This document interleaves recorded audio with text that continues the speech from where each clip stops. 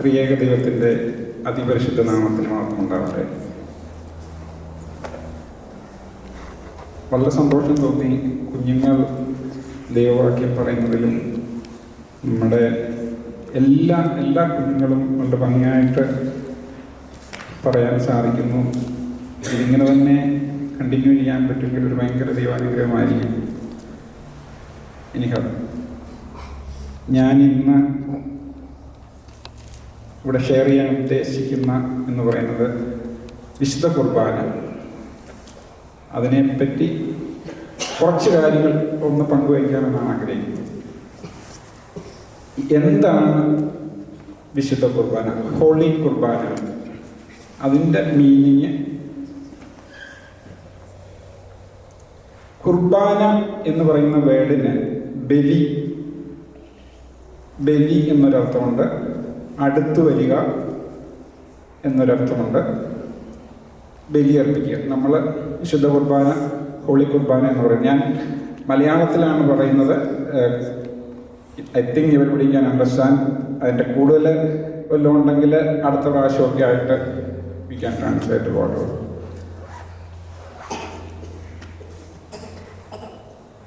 സങ്കീർത്തനക്കാരൻ പറയുന്നുണ്ട്, ഉരുകിയ മനസ്സാണ് ബലി.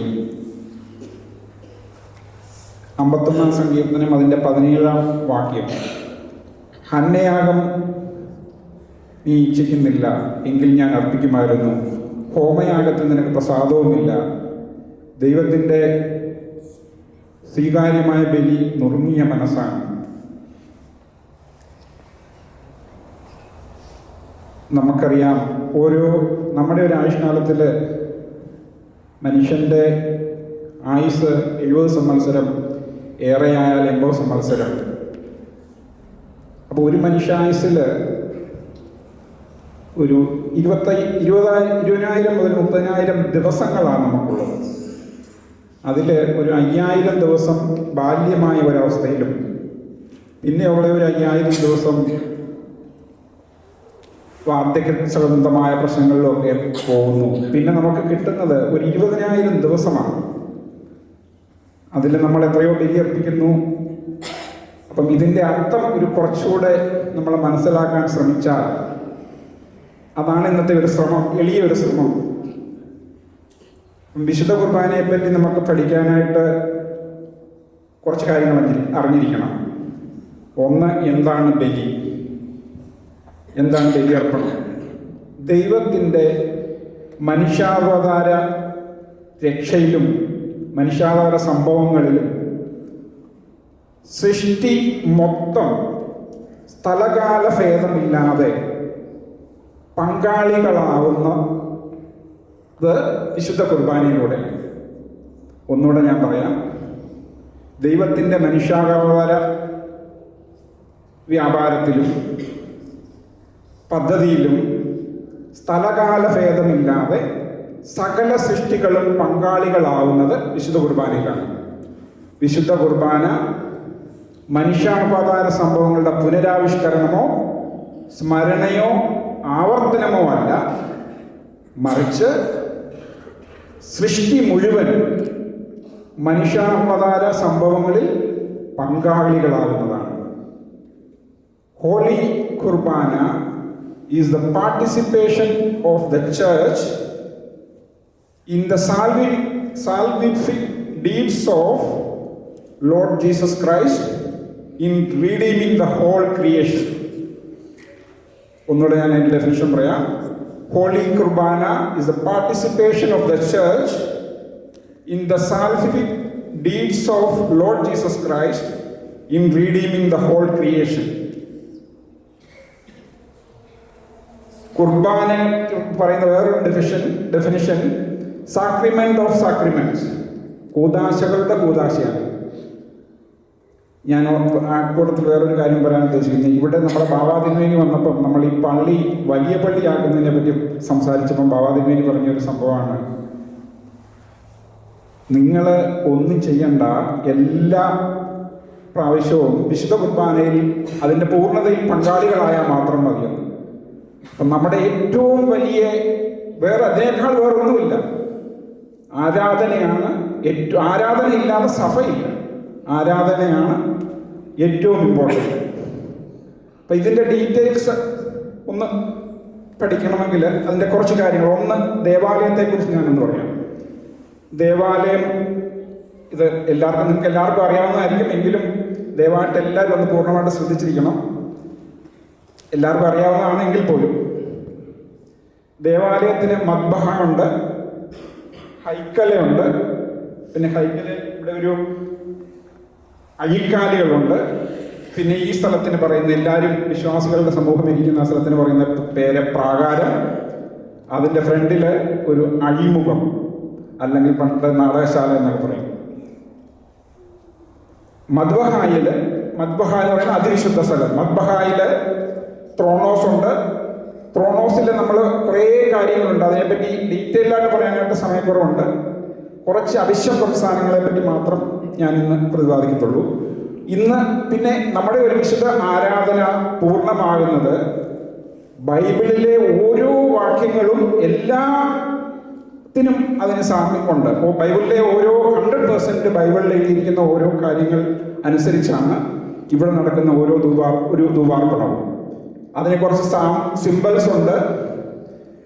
നമ്മൾ പലപ്പോഴും എല്ലാ കാര്യങ്ങളും മനസ്സിലാക്കിക്കൊണ്ട് ചെയ്യണമെന്നില്ല. അതുകൊണ്ടാണ് കുറച്ച് കാര്യങ്ങളൊന്ന് ഡീറ്റെയിൽസ് ആയിട്ടൊന്ന് പറഞ്ഞു പോകാമെന്ന് വിചാരിക്കുന്നത്. ഇപ്പം ഞാൻ പറഞ്ഞു, കുർബാനയുടെ ഡെഫിനിഷൻ ദൈവത്തിൻ്റെ മനുഷ്യാവതാരത്തിൻ്റെ ഓരോ സിംബൽസ് ഓരോ സ്ഥലങ്ങളിലാണ് പറഞ്ഞു പോകുന്നതാണ്. അത് ദേവാലയത്തിൻ്റെ ഈ ഓരോന്നിനും ഓരോ ദൈവവചനമായിട്ട് ഇതുണ്ട്. ഒരു ഇത് പറയുകയാണെങ്കിൽ ഈ അഴിക്കാലുകൾ എന്ന് പറയുന്നത് എല്ലാവർക്കും അറിയാം, കുഞ്ഞുങ്ങൾക്കറിയാം. ഈ അഴിക്കാലുകൾ എന്ന് പറയുന്ന സംഭവം, ഇത് സീനായി മലയിൽ ദൈവം പ്രത്യക്ഷപ്പെട്ടപ്പോൾ ജനങ്ങൾ മലയെ സ്പർശിക്കാതിരിക്കാനായിട്ടുണ്ടായിരുന്ന ഒരു വേലിയുടെ പ്രതീകമാണ്. അങ്ങനെ ഒരുപാട് പ്രതീകങ്ങളുണ്ട്. പലതും എല്ലാം എനിക്കിവിടെ എക്സ്പ്ലെയിൻ ചെയ്യാനും ആ വേഴ്സസ് എന്ന് പറയാനുമുള്ള സമയമില്ല. പിന്നെ ഹൈക്കല എന്ന് പറയുന്നത് വിശുദ്ധ സ്ഥലം, മദ്ബഹ എന്ന് പറയുന്ന അതിവിശുദ്ധ സ്ഥലം. അതിനാൽ ത്രോണോസ് ഉണ്ട്.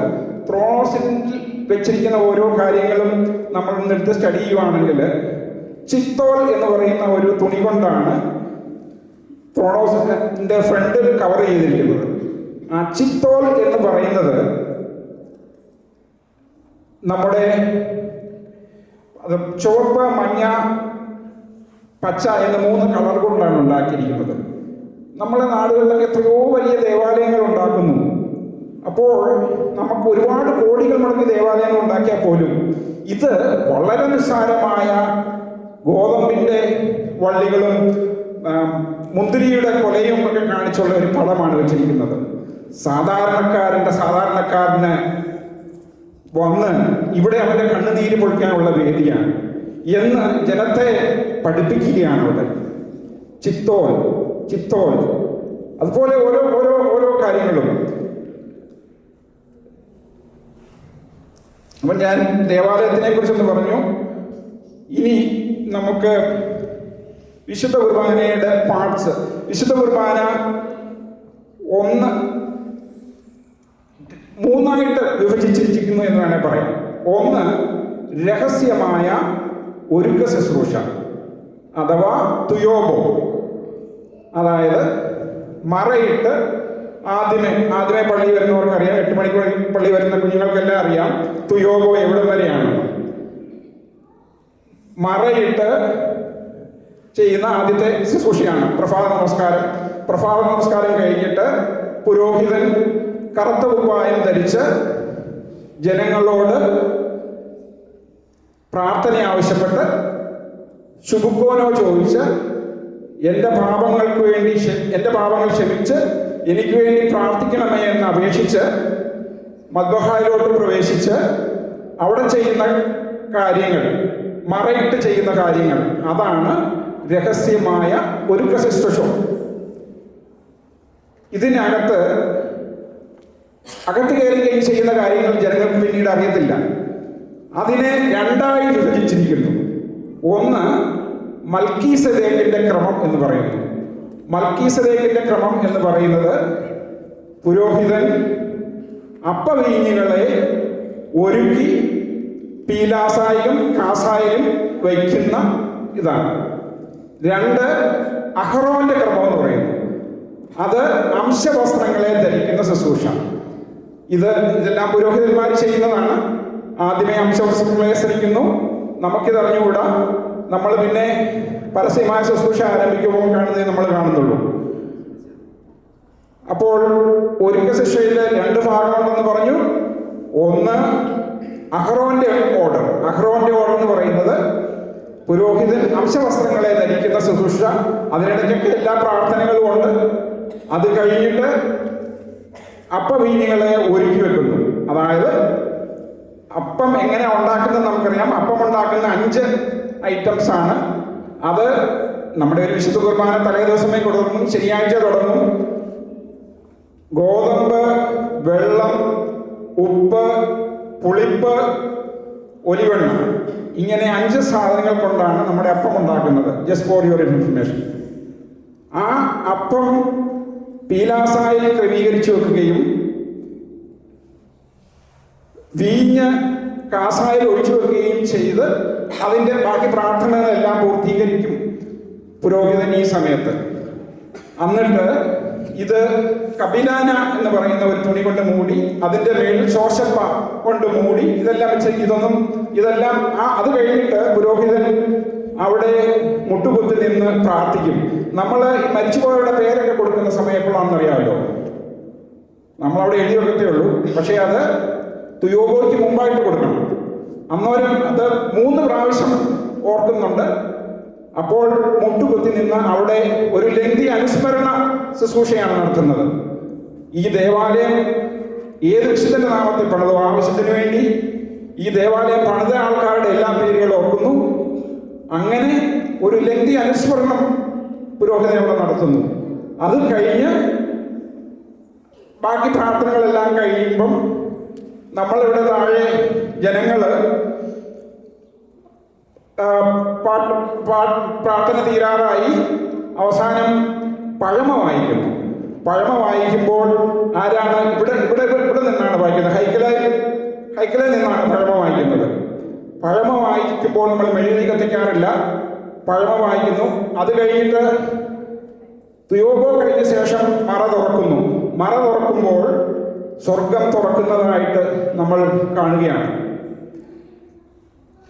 അപ്പോൾ അത് കഴിഞ്ഞിട്ട് പിന്നീട് നടക്കുന്നത് എന്താണ്?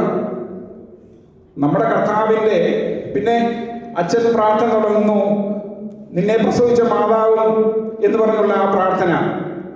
അത് അന്നേരം കാണുന്നത് അച്ഛൻ പ്രധാന ശുശ്രൂഷകൻ മെഴുകുതിരിയും ധൂപക്കുറ്റിയുമായി മുമ്പേ പോകുന്നു. അച്ഛൻ പുറകെ പോകുന്നു. അപ്പം ജനം ഈ പാട്ട് പാടുന്നത് നിന്മാതാവ് വിശുദ്ധന്മാർ. ഇത് സൂചിപ്പിക്കുന്നത് നമ്മുടെ കർത്താവിൻ്റെ ജനനവും മാമോദീസായുമാണ്.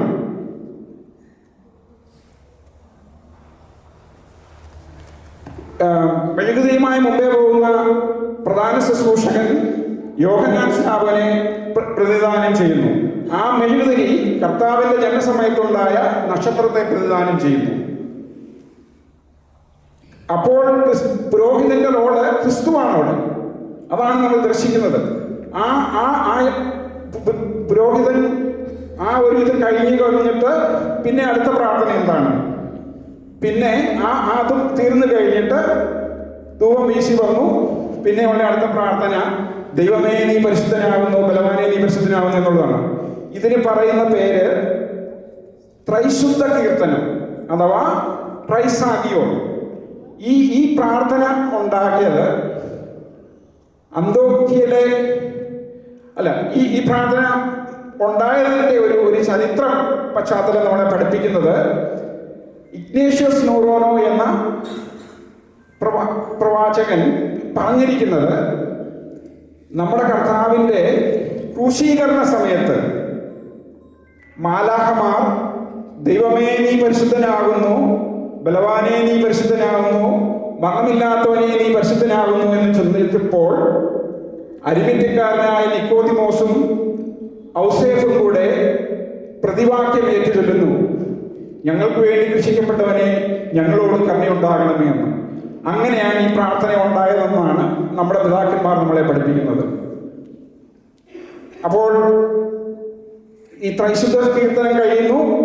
അത് കഴിയുമ്പോൾ പിന്നെ ചെയ്യുന്ന അടുത്തത് നമ്മൾ പാട്ട് പാടുന്നു. അത് കഴിഞ്ഞിട്ട് അപ്പോസ്തല പ്രവൃത്തികളിൽ നിന്ന് വായിക്കുന്നു. അപ്പോൾ അപ്പോസ്തല പ്രവൃത്തികളിൽ നിന്ന് വായിക്കുമ്പോൾ ശുശ്രൂഷകർ എവിടെ മദ്ബഹായുടെ ഒരു പടി താഴോട്ട് ഇറങ്ങുന്നു. അപ്പോൾ അത് സിയോൻ മാളികയിൽ നിന്ന് കർത്താവിൻ്റെ അനുഗ്രഹത്താൽ ശിഷ്യന്മാരോ അനുഗ്രഹിച്ച് അവരോട് ജാതികളുടെ ഇടയിൽ പോയി സുവിശേഷം അറിയിക്കുന്നതിനെ പ്രതികരിച്ചാണ്. അപ്പോൾ നിങ്ങൾക്കറിയാം, നമ്മൾ ഒരു മെഴുകുതിരി കത്തിച്ചു പിടിക്കും. അപ്പോസ്തല പ്രവൃത്തികളിൽ വായിക്കുമ്പോൾ അത് സാധാരണ അപ്പോസ്തല പ്രവൃത്തികൾ യാക്കോബ്, യോഹന്നാൻ, പത്രോസ് എന്നിവരുടെ ഏതെങ്കിലും ഒരു ഇതിൽ നിന്നായിരിക്കും വായിക്കുന്നത്. അന്നേരം ഒരു മെഴുകുതിരി കത്തിച്ചു പിടിക്കും, ഇല്ലേ? അത് അവിടെ ഒരു പ്രത്യേകത. അത് വായിക്കുമ്പോൾ നമ്മൾ ഹബീബായി ബാറക്കുമോർ എന്നാണ് പറയുന്നത്. എൻ്റെ വാത്സല്യമുള്ളവരെ എന്നാണ് അതിനർത്ഥം. അത് യോഹന്നാൻ ശ്ലീഹായുടെ ഒരു അഭിസംബോധന ചെയ്യുന്നതിൻ്റെ ഒരു സ്റ്റൈലായിരുന്നു. അത് കഴിഞ്ഞിട്ട് ഇത് വടക്കുവശത്ത് വായിക്കുന്നു, ഇല്ലേ? ഇപ്പം ഒരുപാട് അർത്ഥങ്ങളുണ്ട് നമ്മുടെ കുർബാനയ്ക്ക്. എന്തുകൊണ്ട് ഇത് വടക്കുവശത്ത് നിന്ന് വന്നോ? അടുത്തത് പൗലോസ് ശ്ലീഹ വായിക്കുമ്പം തെക്കുവശത്ത് നിന്ന് വായിക്കുന്നു. അത് പൗലോസ് ശ്ലീഹ വായിക്കുമ്പോൾ അന്നേരം ഒരു തിരിയാണ് കത്തിക്കുന്നത്. ഓർക്കണം, പഴമ വായിക്കുമ്പോൾ നമ്മൾ മെഴുകുതിരി കത്തിക്കാറില്ല. പൗലോസ് ശ്ലീഹ വായിക്കുമ്പോഴും അപ്പോസ്തല പ്രവൃത്തികളിൽ നിന്ന് വായിക്കുമ്പോഴും ഒരു മെഴുകുതിരി, ഏവൻഗേലിയോൻ വായിക്കുമ്പോൾ 2 മെഴുകുതിരി. ഇതിന്റെ എല്ലാ അർത്ഥം ഇതിന്റെ പ്രാധാന്യത്തെ കാണിക്കാൻ വേണ്ടിയാണ്. എന്ന് പറഞ്ഞാൽ പഴമയ്ക്ക് പ്രാധാന്യമില്ലെന്നല്ല. പഴമ വായിക്കുമ്പോൾ നമ്മൾ താഴെ നിന്ന് വായിക്കുന്നു, ഹൈക്കലിൽ നിന്ന് വായിക്കുന്നു. ഏവൻഗേലിയോൻ വായിക്കുമ്പോൾ മദ്ബഹായിൽ നിന്ന് വായിക്കുന്നു. അപ്പോസ്തല പ്രവൃത്തികളും പൗലോസ് ശ്ലീഹായും വായിക്കുമ്പോൾ ഒരു നടയിൽ താഴോട്ട് ഇറങ്ങി നിന്ന് വായിക്കുന്നു. അതുപോലെ തന്നെ ഏവൻഗേലിയോൻ വായിക്കുമ്പോൾ 2 മെഴുകുതിരി കത്തിച്ചിരുന്നു. അതിന്റെ ആ ഇമ്പോർട്ടൻസ് കാണിക്കാനായിട്ടാണ്. അപ്പോൾ ഈ 2 ഇത് കഴിഞ്ഞിട്ട് അടുത്തത് നമ്മൾ ഏവൻഗേലിയോൻ വായിക്കുകയാണ്. ഏവൻഗേലിയോൻ ദൈവത്തിന്റെ വചനമാണ്. ദൈവത്തിന്റെ വചനമായ അരുളി ചെയ്യപ്പെട്ട വചനം മദ്ബഹായിൽ, വിശുദ്ധ മദ്ബഹായിൽ ത്രോണോസിന്റെ വലത്തുഭാഗത്ത് ഏവൻഗേലിയോൻ മേശയിൽ പ്രതിഷ്ഠിച്ചിരിക്കുന്നു. ഏവൻഗേലിയോൻ വായനാ സമയത്ത് മറുഭാഷ, പള്ളിമണികൾ എല്ലാം ഏന്തി ഈ ഏവൻഗേലിയോൻ, അതായത് വിശുദ്ധ ബൈബിൾ വചനം എഴുന്നള്ളിച്ചു കൊണ്ടുവരിക എന്നാണ് പറയുന്നത്. അതിന് പിതാക്കന്മാർ ലിറ്റിൽ എൻട്രൻസ് എന്ന് പറയും. ഇതുപോലെ തന്നെ രണ്ടാമത് അവസാനം വിശുദ്ധ കുർബാന എഴുന്നള്ളിച്ചുകൊണ്ട് വരുന്ന വേറെ സംഭവം, അതാണ് main entrance. This is called little entrance. അപ്പം ആ സമയത്ത് വചനമാകുന്ന ദൈവത്തെ എഴുന്നള്ളിച്ചുകൊണ്ട് വരികയാണ്. എഴുന്നള്ളിച്ചുകൊണ്ട് ഇങ്ങനെ വന്ന് ഏവൻഗേലിയോൻ ടേബിളിൽ വെച്ചിട്ട് വായിക്കുന്നു. അപ്പോൾ അവിടെ വെച്ച് പുരോഹിതൻ 3 കാര്യങ്ങളാണ് പറയുന്നത്. ഒന്ന്, ആദ്യമായിട്ട് ജനത്തിന് സമാധാനം ആശ്വസിക്കുന്നു. അതും എല്ലാം നമ്മുടെ പിതാക്കന്മാർ പറഞ്ഞിട്ടുള്ളതാണ്. ആദ്യമായിട്ട് നിങ്ങൾ കാണുമ്പോൾ സമാധാനം ആശ്വസിക്കുക. 2, ഇത് എവിടെ നിന്ന് എഴുതിയിരിക്കുന്നു എന്ന് പറയുന്നു. ഏത് സുവിശേഷത്തിൽ നിന്ന് എഴുതിയിരിക്കുന്നു എന്ന് വ്യക്തമായിട്ട് പറയുന്നു. 3, നമ്മുടെ ദൈവത്തിൻ്റെ മനുഷ്യാവതാര വ്യാപാര കാലത്ത് ഇവയെല്ലാം ഇപ്രകാരം നടന്നു എന്ന് വളരെ സ്പഷ്ടമായിട്ട് ഓരോ പ്രാവശ്യവും എഴുതി പറയുകയാണ് വായിക്കുന്നതിന് മുമ്പ്. അങ്ങനെ നമ്മുടെ ഏവൻഗേലിയോൻ വായന കഴിഞ്ഞിട്ട് പിന്നെ നമ്മളിടയ്ക്ക് പാട്ട് പാടുന്നുണ്ട്. അതെല്ലാം കംപ്ലീറ്റ് എനിക്ക് പറയാൻ പറ്റത്തില്ല. അപ്പം നമ്മൾ ഇപ്പം പറഞ്ഞു, നമ്മൾ ദൈവത്തിൻ്റെ ജനനം, മാമോദീസ നമ്മൾ കഴിഞ്ഞു. ഇനി അടുത്ത് വരുന്നത്, ഇത് കഴിഞ്ഞിട്ട് പുരോഹിതൻ തുടങ്ങുന്നത് 3 പ്രാർത്ഥനകളാണ്. പ്രൊമിയോൻ, സെദറ, ആൻഡ് ഹൂസോയോ. അപ്പം പ്രൊമിയോ എന്ന് പറയുന്ന ഒരു ആമുഖമാണ്, അങ്ങനെ ഒരു പ്രാർത്ഥന. പിന്നീട് ഹൂസോയോ എന്ന് പറയുന്നത് നിങ്ങൾക്ക് എല്ലാവർക്കും അറിയാം, പാപപരിഹാര പ്രാർത്ഥനയാണ്. പുരോഹിതൻ ജനത്തിന്റെ പാപത്തിന് വേണ്ടി ചങ്കിലടച്ച് പ്രാർത്ഥിക്കുകയാണ്. അപ്പം പ്രൊമിയോന്റെ പ്രാർത്ഥന കഴിഞ്ഞിട്ടുടനെ ധൂപം വെക്കും. അപ്പം ധൂപം വെച്ച് കഴിഞ്ഞിട്ട് പുരോഹിതൻ ശുശ്രൂഷകന്റെ നെറ്റിയിൽ കൈവച്ച് അനുഗ്രഹിക്കുകയാണ് അവിടെ. അതായത് ധൂപാർപ്പണം പുരോഹിതന്റെ മാത്രം അധികാരമാണ്. ശുശ്രൂഷകനെ പുരോഹിതൻ നെറ്റിയിൽ കൈവച്ച് അനുഗ്രഹിക്കുകയാണ് അവിടെ, അധികാരപ്പെടുത്തുകയാണ്. അത് കഴിഞ്ഞിട്ട് വീണ്ടും സെതറ എന്ന് പറയുന്ന ഒരു നിരനിരയായിട്ടുള്ള അപേക്ഷകളാണ്. ആ അപേക്ഷ പിന്നെ ഈ പ്രൊമിയോന്റെ സമയത്ത് ഞാൻ ആദ്യമേ പറഞ്ഞു, തുയോബോയുടെ സമയത്ത് അപ്പവീഞ്ഞുകളെല്ലാം എടുത്തു വെച്ചിട്ട് ശോശപ്പ എന്ന് പറഞ്ഞ ഒരു ഇതുകൊണ്ട് മൂടി. അപ്പോൾ അവിടെ ആ ശോശപ്പാട് ഒരു മടക്കായിട്ട് അവിടെ വെക്കും പുരോഹിതൻ. പ്രൊമിയോന്റെ പ്രാർത്ഥന കഴിയുമ്പോൾ ഈ ശോശപ്പായുടെ മടക്ക് നൂർത്തിടും. അത് കർത്താവിന്റെ പുനരുദ്ധാനത്തെ സൂചിപ്പിക്കുന്നു. അപ്പം ഇനി എല്ലാവരും ഇതൊക്കെ നോക്കിയിരിക്കണം. കർത്താവിന്റെ പുനരുദ്ധാനത്തെ അവിടെ സൂചിപ്പിക്കുകയാണ്. പിന്നീട് ഈ സദ്ര കഴിയുമ്പോഴത്തേക്കാണ് നമ്മളെല്ലാവരും ഒരു പ്രതിവാക്യം വയ്ക്കുമല്ലോ. കർത്താവ് അവിടുത്തെ ശുശ്രൂഷ കൈക്കൊള്ളുകയും അവിടുത്തെ പ്രാർത്ഥനകളെ ഞങ്ങളെ അനുഗ്രഹിക്കുകയും ചെയ്യുമാറാട്ടെ. അത് കഴിഞ്ഞിട്ട് പുരോഹിതൻ പറയും, നിങ്ങൾക്ക് കടങ്ങൾക്ക് പരിഹാരവും പാപങ്ങൾക്ക് മോചനവും 2 ലോകങ്ങളും ഉണ്ടാകട്ടെ. പുരോഹിതൻ ഹൂസോയോ പ്രാപിച്ചിട്ട് ജനങ്ങൾക്ക് പാപവിമോചനം നൽകുകയാണ്. എല്ലാവരുടെയും പാപങ്ങൾ അവിടെ ക്ഷമിച്ചു തരികയാണ്. നമ്മൾ പലപ്പോഴും അത് കഴിഞ്ഞിട്ടായിരിക്കും വരുന്നത്. അപ്പൊ അവരുടെ പാപങ്ങൾ ക്ഷമിക്കാറില്ല കേട്ടോ. അപ്പോൾ അവിടെ പാപവിമോചനം നൽകുകയാണ്. അത് കഴിഞ്ഞിട്ട് ഇതിന്റെ പ്രതികരണമായി തൃത്വത്തെ വാഴ്ത്തി ധൂപക്കുറ്റി വാഴ്ത്തുകയാണ്. ഈ ധൂപക്കുറ്റി വാഴ്ത്തുക എന്ന് പറയുന്നത് കർത്താവിന്റെ മാമോദിസായുടെ പ്രതികരണമാണ്. അതായത് കർത്താവിന്റെ മാമോദിസായുടെ സമയത്ത് തൃത്വം വെളിപ്പെട്ടതിന് സൂചകമായി പിതാക്കന്മാർ നമ്മൾ ഇതിനെ പഠിപ്പിക്കുന്നുണ്ട്. ധൂപക്കുറ്റി വാഴ്ത്ത് കഴിഞ്ഞിട്ട് പുരോഹിതൻ ധൂപം വീശാറുണ്ട് ജനത്തിന്. ഇത് നമ്മുടെ കർത്താവിൻ്റെ മനുഷ്യാവതാരത്തിന്റെ ആരംഭമായിട്ട് കണക്കാക്കുകയാണ്.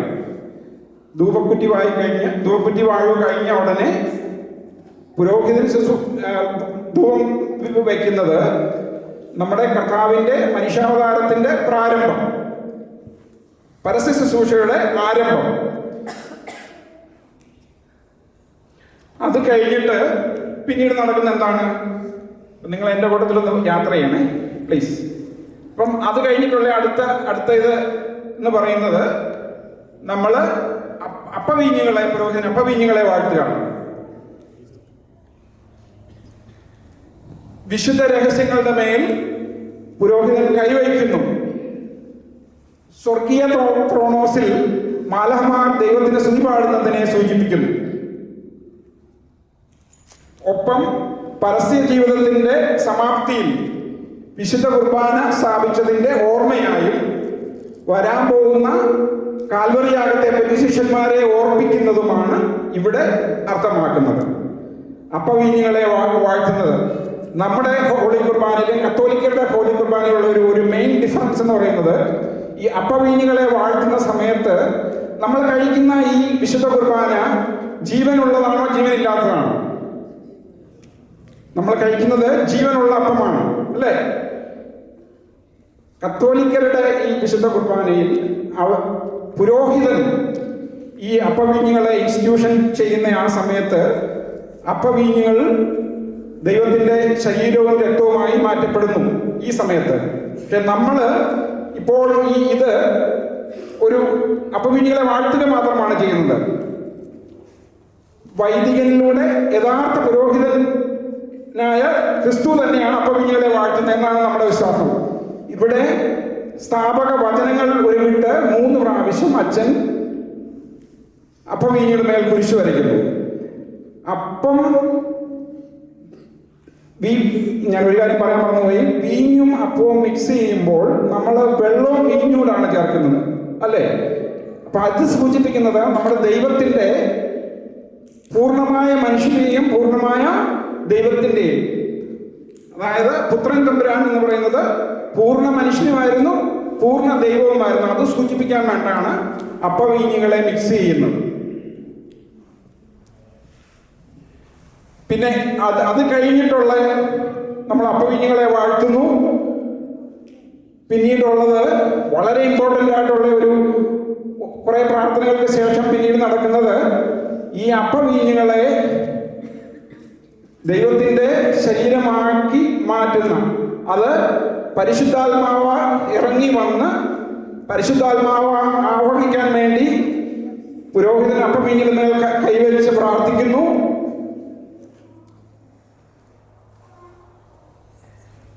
അപ്പവീഞ്ഞുകളെ കർത്താവിന്റെ ശരീരരക്തങ്ങളാക്കുന്ന പരിശുദ്ധ രൂഹ വിശ്വാസികളെ ഒന്നാക്കി കർത്താവിന്റെ സഭയാക്കി മാറ്റുന്നു. അത് ഏറ്റവും ഇമ്പോർട്ടൻ്റ് ആയ ഒരു നിമിഷമാണ്. അതായത് പരിശുദ്ധ റൂഹ ഇറങ്ങിയ പുരോഹിതൻ നെഞ്ചത്ത് കൈവടിച്ചാണ് പ്രാർത്ഥിക്കുന്നത്, എന്നോട് ഉത്തരമരുളി ചെയ്യണമേ, എന്നോട് ഉത്തരമരുളി ചെയ്യണമേ എന്ന്. ഇത് ഏലിയാ പ്രവാചകൻ കാർമേൽ മലയിൽ പ്രാർത്ഥിച്ചപ്പോൾ കർത്താവിനോട് 3 പ്രാവശ്യം അപേക്ഷിച്ചു. അപ്പോൾ അഗ്നി ഇറങ്ങി ബലിവസ്തുവിനെ ദഹിപ്പിച്ചതിന്റെ ഓർമ്മയ്ക്കായി പുരോഹിതൻ നെഞ്ചത്തടിച്ച് പ്രാർത്ഥിക്കുകയാണ്, എന്നോട് ഉത്തരമരുളി ചെയ്യണമേ, എന്നോട് ഉത്തരമരുളി ചെയ്യണമേ. ആ നിമിഷം പരിശുദ്ധ റൂഹ ഇറങ്ങി ശരീരരക്തങ്ങളെ ദൈവത്തിന്റെ ശരീരവും രക്തവുമാക്കി മാറ്റുന്ന ഇതാണ്. അത് കഴിഞ്ഞിട്ട് പിന്നെ നമ്മുടെ തുബ്ദേന, എല്ലാവർക്കും അറിയാവുന്ന പോലെ, പിന്നെ തുബ്ദേൻ എന്ന് പറയുന്നത് ആ വേർഡിന്റെ അർത്ഥം ആകയാൽ വീണ്ടും, ഇറ്റ്സ് എ കണ്ടിന്യൂസ് ആയിട്ടുള്ള ഒരു പ്രയർ ആണ്. തുബ്ദേൻ എത്ര പ്രയർ ഉണ്ടെന്ന് അറിയാവോ? 6. It is 18 prayers actually. So we guys are doing 6. അതിനു മുമ്പ് അച്ഛൻ പ്രാർത്ഥിക്കുന്നില്ലേ? There are 6 prayers. But when you read those, അച്ഛൻ again at that time and silently praying some. So അങ്ങനെ 18 prayers ആണെന്നാണ് പറയുന്നത് കണ്ടിന്യൂസ് ആയിട്ട്. അത് ആർക്കൊക്കെ വേണ്ടിയാണെന്നൊക്കെ നിങ്ങൾക്ക് അറിയാം, എക്സ്പെഷ്യലി മലബാറിലുള്ള പിള്ളേർക്ക് എല്ലാവർക്കും അറിയാം. അതിന്റെ ഡീറ്റെയിൽസിലേക്ക് ഞാൻ കിടക്കുന്നില്ല. അപ്പോൾ നമ്മൾ ഇതുവരെ പറഞ്ഞത് കർത്താവിന്റെ ധൂപക്കുറ്റി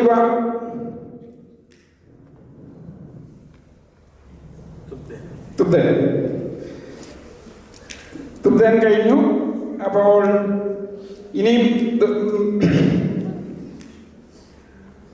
ഇനി ഒന്ന് ഇമ്പോർട്ടൻ്റ് ആയിട്ടുള്ള ഇതെന്ന് പറയുന്നത് രഹസ്യങ്ങളുടെ തുബ്ദേൻ കഴിഞ്ഞിട്ട് ഖണ്ഡിപ്പിന്റെ ശുശ്രൂഷകളാണ്. തുബ്ദേൻ കഴിഞ്ഞിട്ട് മറയിടുന്നത് കർത്താവിന്റെ ക്രൂശീകരണ സമയത്ത് ഇരുട്ടുണ്ടായതിനെ സൂചിപ്പിക്കുന്നു, എല്ലാവർക്കും അറിയാം. അപ്പം ഈ മറയിടുന്നതിന്റെ ഇതിന്റെ രഹസ്യാത്മകതയും പവിത്രതയെയും സൂചിപ്പിക്കുന്നു, പ്രാധാന്യത്തെയും. ഖണ്ഡിപ്പിന്റെ ശുശ്രൂഷ എന്ന് പറയുന്നത് നിങ്ങൾക്ക് എപ്പോഴാണ് നമുക്കത് മനസ്സിലാകുന്നത്? കാര്യം മറയിട്ട് കഴിഞ്ഞാൽ നമ്മളൊന്നും കാണുന്നില്ല, മണിയിലെത്തുമ്പോൾ. ആ സമയത്താണ് ഇതെന്താ സംഭവിക്കുന്നത്? തിരുശരീരം മുറിച്ച് പീലാസായി വെക്കുകയും തിരുശരീരവും രക്തവും മിക്സ് ചെയ്യുകയും ചെയ്യുന്ന സുപ്രധാന ശുശ്രൂഷയാണ് ഖണ്ഡിപ്പിന്റെ ശുശ്രൂഷ. അപ്പം ഖണ്ഡിക്കുന്നത് ലോകത്തിന്റെ പാപത്തെ വഹിക്കുന്ന ദൈവത്തിന്റെ കുഞ്ഞാട് അറുക്കപ്പെടുന്നതിന്റെ ശുശ്രൂഷയാണ്. പെസഹ കുഞ്ഞാടായ കർത്താവിന്റെ ക്രൂശീകരണത്തിന്റെ പ്രതിഷ്ഠയാണ്. ഇപ്പം വിശുദ്ധ കുർബാന അനുഭവിക്കുമ്പോൾ നാം കർത്താവിലും കർത്താവ് നമ്മളിലും വസിക്കുന്നു എന്നാണ് കർത്താവ് പറയുന്നു. നിങ്ങൾ എൻ്റെ ശരീരം ഭക്ഷിക്കുകയും എൻ്റെ രക്തം പാനം ചെയ്യുകയും ചെയ്യുമ്പോൾ ഞാൻ നിങ്ങളിലും നിങ്ങൾ എന്നിലും വസിക്കുന്നു. അതുകൊണ്ട് പൗലോസ്ലീഹ പറയുന്നു, ഇനി ജീവിക്കുന്നത് ഞാനല്ല, ക്രിസ്തു അത്രേ. അപ്പോൾ ഓരോ വിശുദ്ധ കുർബാന കഴിയുമ്പോഴും നമുക്കങ്ങനെ പറയാൻ സാധിക്കണം. അവിടമാണ് അതിനകത്തെ പാർട്ടിസിപ്പേഷൻ കംപ്ലീറ്റ് ആകുന്നത്. ഇങ്ങനെ ഖണ്ഡിപ്പിന്റെ ശുശ്രൂഷ കഴിഞ്ഞിട്ട് മറ തുറക്കുന്നു.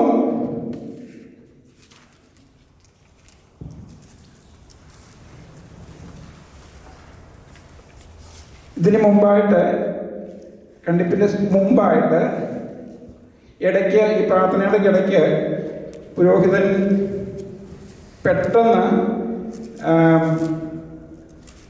സ്പോഞ്ച് സ്പൂണൂടെ ഇങ്ങനെ ഒന്ന് ഉയർത്തും.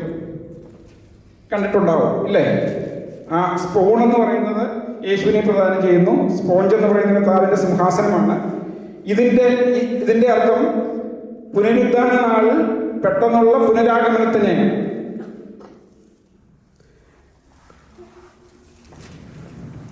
ഖണ്ഡിപ്പിന്റെ ശുശ്രൂഷകർ മറയിടുന്നത് ക്രൂശീകരണ സമയത്ത് ഇരുട്ടുണ്ടായതിനെ സൂചിപ്പിക്കുന്നു.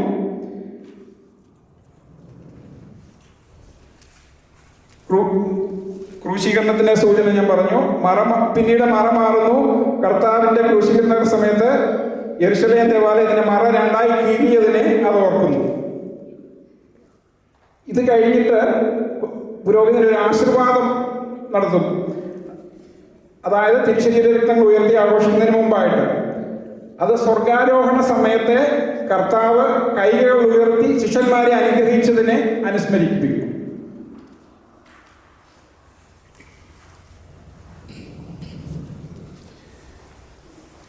ധൂപാർപ്പണത്തിന്റെ ഒരു അർത്ഥം ഒന്ന് ഞാൻ പറയുകയാണ്. നേരത്തെ പറയണ്ടായിരുന്നു. ധൂപം എന്ന് പറയുന്നത് അദൃശ്യനായ ദൈവം.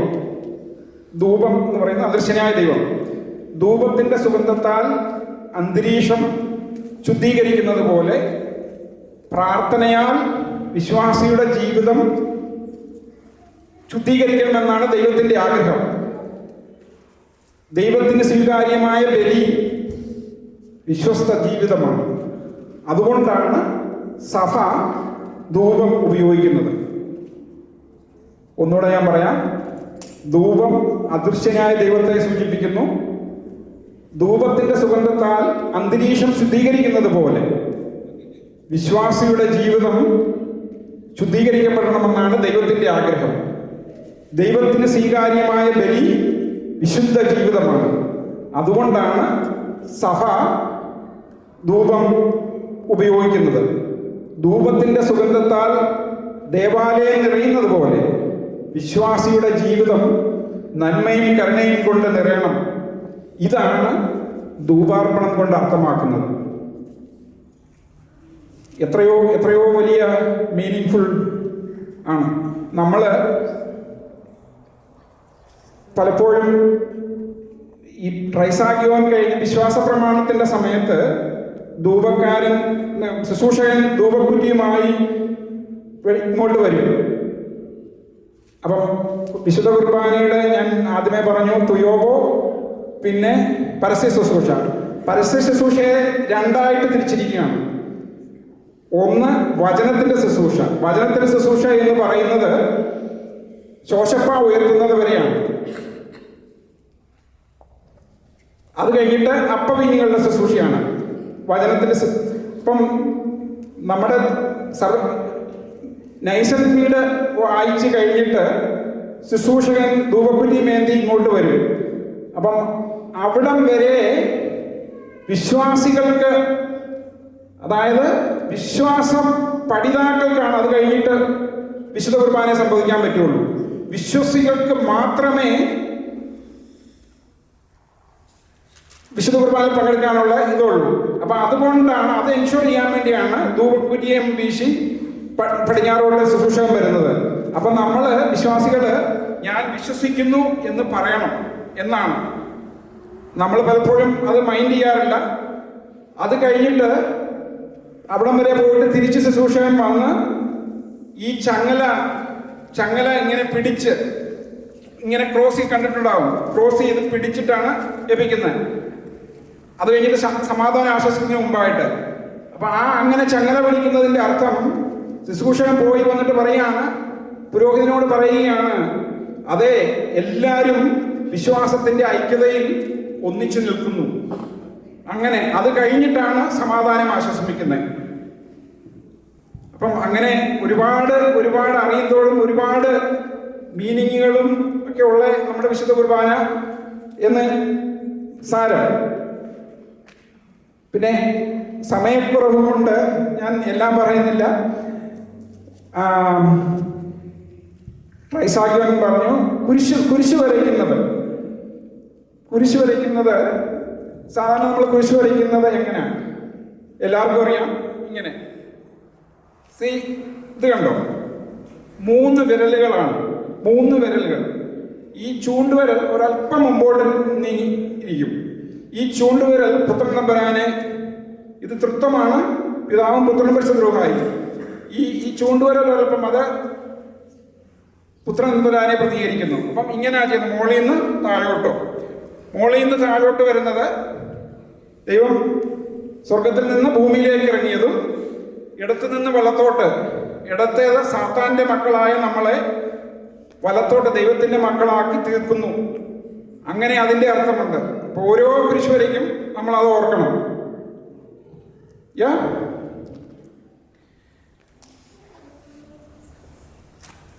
അപ്പം നമ്മൾ തുബ്ദാൻ കഴിഞ്ഞു, രഹസ്യത്തിന്റെ ആഘോഷം കഴിഞ്ഞു. ഇനി വിശുദ്ധ രഹസ്യങ്ങൾ, അവസാനമായി വിശുദ്ധ രഹസ്യങ്ങൾ പടിഞ്ഞാറോട്ട് എഴുന്നള്ളിച്ചുകൊണ്ട് വരുന്നു. അപ്പം അതിൻ്റെ മറ തുറക്കുന്നു, സ്വർഗം തുറക്കുന്നു, കർത്താവിൻ്റെ മഹത്വ പ്രത്യക്ഷതയും നടക്കുന്നു. അപ്പം അത് കർത്താവിൻ്റെ 2ാമത്തെ വരവാണ്. വിശുദ്ധ രഹസ്യങ്ങളിൽ എഴുന്നള്ളിച്ചുകൊണ്ട്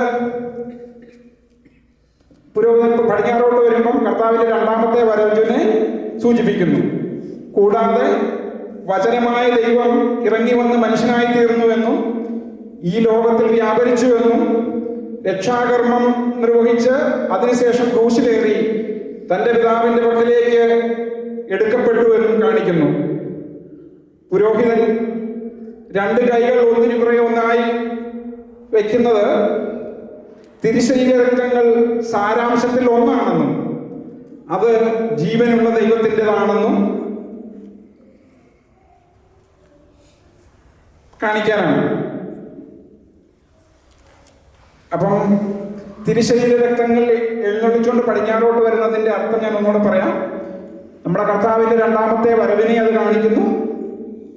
കൂടാതെ വചനമായ ദൈവം ഇറങ്ങി വന്ന് മനുഷ്യനായി തീർന്നുവെന്നും ഈ ലോകത്തിൽ വ്യാപരിച്ചുവെന്നും നമുക്ക് വേണ്ടി രക്ഷാകർമ്മം സ്വീകരിച്ചുവെന്നും അതിനുശേഷം യാഗമായി കുരിശിക്കപ്പെട്ടു എന്നും കുരിശിക്കപ്പെട്ട് തൻ്റെ പടുക്കലിലേക്ക് എടുക്കപ്പെട്ടുവെന്നും വ്യക്തമാക്കുന്നു.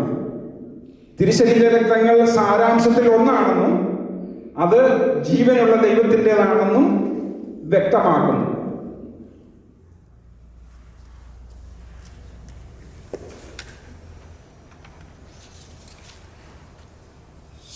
ഞാൻ ശോശപ്പായുടെ അർത്ഥം, കുറേ സിമ്പിൾസ് നമുക്കുണ്ട്, ബാക്കോട്ട് പോവാണ്. മെഴുകുതിരിയുടെ നമ്മൾ കുറേ സിമ്പിൾസ് ഉപയോഗിക്കാറുണ്ട്.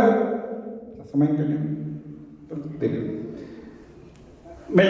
മെഴുകുതിരി എന്ന് പറയുന്നത് അറിയാം നമുക്ക്. പ്രകാശം ദൈവസാന്നിധ്യത്തിന്റെ പ്രതീകമാണ്. അഗ്നിയിലൂടെ ഇസ്രായേൽ ദൈവസാന്നിധ്യത്തെ തിരിച്ചറിഞ്ഞു. പുതിയ ഇസ്രായേൽ വെളിച്ചത്തിൽ നടക്കുന്നു, നിങ്ങൾ ലോകത്തിന്റെ വെളിച്ചമാണ് എന്ന വചനം. ഇതാണ് മെഴുകുതിരിയുടെ സിമ്പിൾസ്. ശോശപ്പ ദൈവസാന്നിധ്യത്തിന്റെയും തേജസ്സിന്റെയും പ്രതീകമാണ്. പുൽക്കുടിൽ പൊതിഞ്ഞ തുണിയായും താബോർ മലയിലെ മേഘമായും കല്ലറ അടയ്ക്കാൻ ഉപയോഗിച്ച കല്ലായും ശോശപ്പായെ നമ്മൾ കാണുന്നു.